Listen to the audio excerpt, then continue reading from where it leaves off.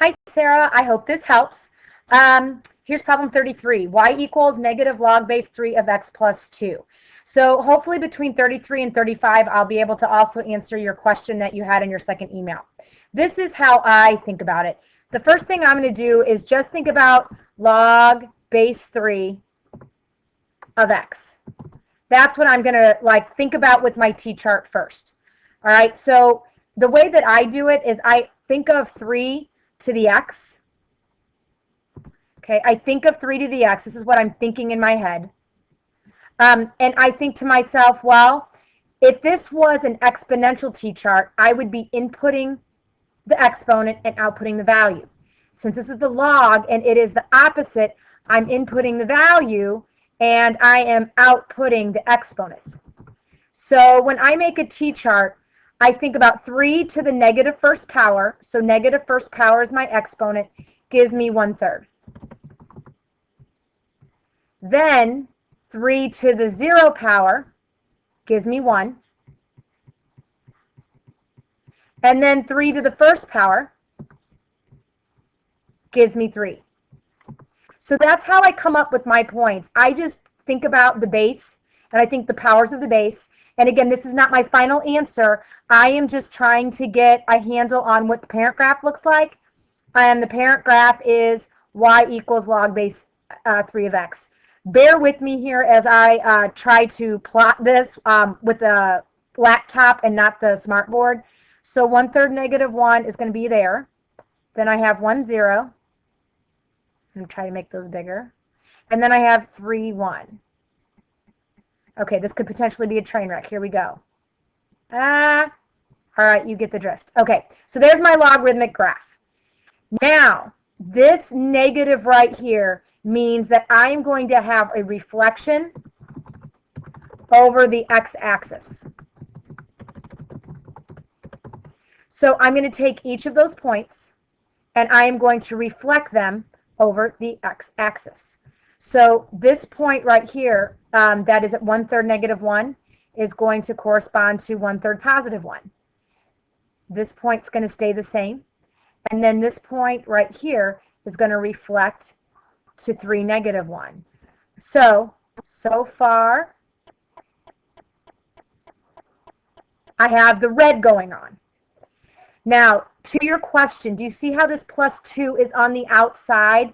It would be corresponding to if I had like x squared plus 3, where it's on the outside. So if I had x squared plus 3, that plus 3 would move the graph up 3 units. Because this is a plus 2, I'm going to take each of those points and I'm going to move them up 2 units. So this point right here is going to move up 2 units. This point right here is going to move up 2 units. And this point right here is going to move up 2 units. So my final answer is going to be in black. And my domain is going to be all real numbers. So my domain is going to be all reals. That is incorrect. That is so incorrect, Sarah. My domain is going to be all of the values where your x is greater than 0. However, my range is going to be all real numbers. Okay. I think the question was also asking for x-intercepts. The x-intercepts are pretty easy. If I have 0 equals negative log, and I'm putting 0 in for x because we want an x-intercept. So I have log base 3 of x plus 2. All right. I'm going to bring the 2 to the other side and then divide by a negative. So I'm going to get positive 2 is equal to log base 3 of x. And then I'm going to rewrite this in exponential form. My base is 3. My exponent is 2 because a log is an exponent. So 3 squared is equal to x. So that means the x-intercept, if I was graphing this a little bit better, would be here at 9, 0. So the graph actually kind of comes through that way. Okay, let's talk about 35. Okay, on 35, here's a couple of differences. Notice how I'm in base 6. So that's going to affect the bend of my graph. But the difference here is I have an x plus 2 on the inside. So that would be like if I was going to graph x minus 2, or excuse me, plus 2, the quantity squared. It's on the inside. So this means I'm going to end up moving all of my points to the left 2 units after I've graphed the parent graph. So kind of exemplifying what I did before. With a log, you input values, you output the exponents. I'm in base 6. So what I'm thinking to myself, and I'm just writing it down because you can't read my brain over the video, is I'm thinking of powers of 6. 6 to the negative first power, so when it has an exponent of negative 1, is simply 1/6. 6 to the 0 power is 1. 6 to the first power is 6. So I'm going to come up with my parent graph of 1/6 negative 1, 1, 0, and then 6, let's see, 1, 2, 3, 4, 5, 6, 1. Okay, there's the parent graph. This negative means I'm going to take each of those points and reflect them over the x-axis. So this point right here is going to be up here at 1. 1, 0 stays the same. And this point at 6, 1 is going to go to 6, negative 1. But then the x plus 2 causes each of those points to move 2 points left. So I'm going to take this point and move it 2 points to the left. I'm going to take this and move it 2 points to the left. I'm going to take this point and move it 2 points to the left. But what also moves in this case is the asymptote.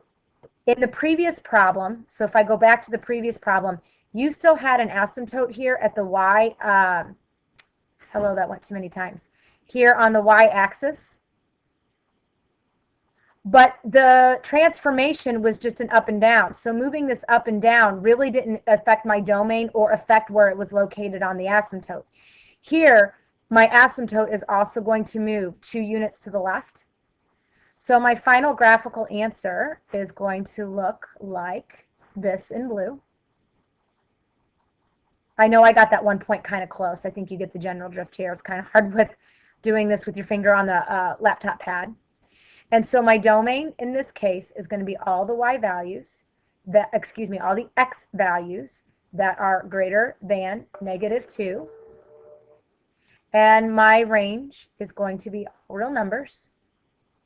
And if you had to find the x-intercept, I again would let y equals 0 equals negative log base 6 of the quantity x plus 2. Now, at this point, you could multiply or divide both sides by negative 1 to get the negative out of there. But keep in mind that 0 is signless. So you have 0 is equal to log base 6 of x plus 2. And if I rewrite this in exponential form, 6 is my base, 0 is my exponent because a log is an exponent, and that's going to equal x plus 2. Well, 6 to the 0 is 1, and if I subtract 2 from both sides, we're going to get an x-intercept of negative 1, which is what I find from the graph. So to kind of recap your question from your email that you sent me, the difference between y equals log of base, whatever you want, I'm going to pick 2, but log base x of x plus 2 versus y equals log of base 2, the quantity x plus 2, is the plus 2 in the top is on the outside of the parentheses. So this implies an upward translation of 2, but the x plus 2 that is inside the parentheses means this would move left 2. Hope this helps, Sarah. If you have any other questions, feel free to email me. I will, my phone just went off twice, so I might be doing some more videos for other students. Thanks. Have a good night. See you tomorrow.